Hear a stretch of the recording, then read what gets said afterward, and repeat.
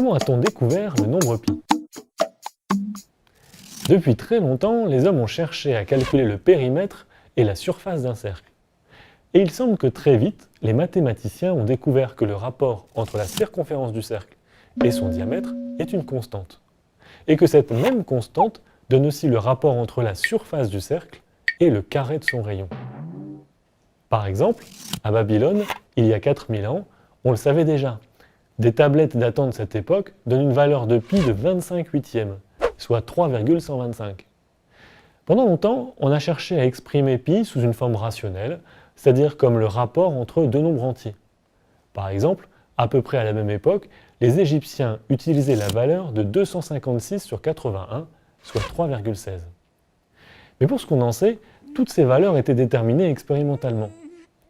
C'est Archimède, un mathématicien grec vivant à Syracuse, qui le premier démontre vers 250 avant Jésus-Christ les formules du cercle et par la même occasion que c'est bien la même constante pi qui intervient dans le calcul de la circonférence et celui de la surface. Il remarque aussi que le cercle est compris entre deux polygones, l'un intérieur au cercle et l'autre extérieur.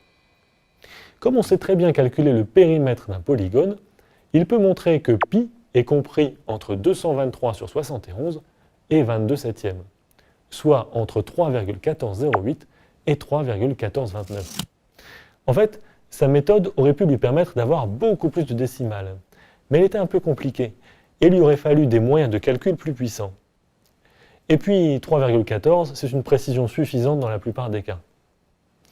Il faudra 1600 ans à l'humanité pour calculer les 10 décimales suivantes. Entre-temps, deux idées ont fait leur chemin.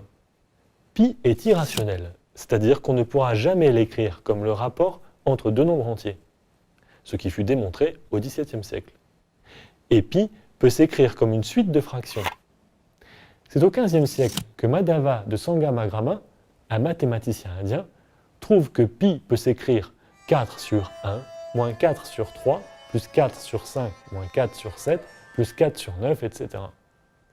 Malheureusement, pour que cette série donne une bonne approximation de pi, il faut calculer des milliers de termes. Et avec une autre série mathématique qui s'en inspire, Madhava de Sangamagrama a été capable de calculer 11 décimales. Et quelques années plus tard, un mathématicien persan en calcule 16. Dès lors, on trouve de nouvelles séries mathématiques qui permettent de calculer plus de décimales avec moins de termes. En 1706, 300 ans après qu'on ait passé le cap des 10 décimales, on franchit celui des 100 décimales. C'est aussi l'époque où pi trouve son nom. On l'écrivait plutôt à l'époque pi sur delta, pi étant la première lettre du mot périmètre en grec, et delta la première lettre du mot diamètre, toujours en grec. Au cours du XVIIIe siècle, son nom actuel, pi, s'imposa progressivement. À la fin du XIXe siècle, le record est détenu par le mathématicien anglais William Shanks, qui en a calculé 707 en 15 ans. Lors de l'exposition universelle de 1937 à Paris, une partie du Grand Palais est transformée en Palais de la Découverte.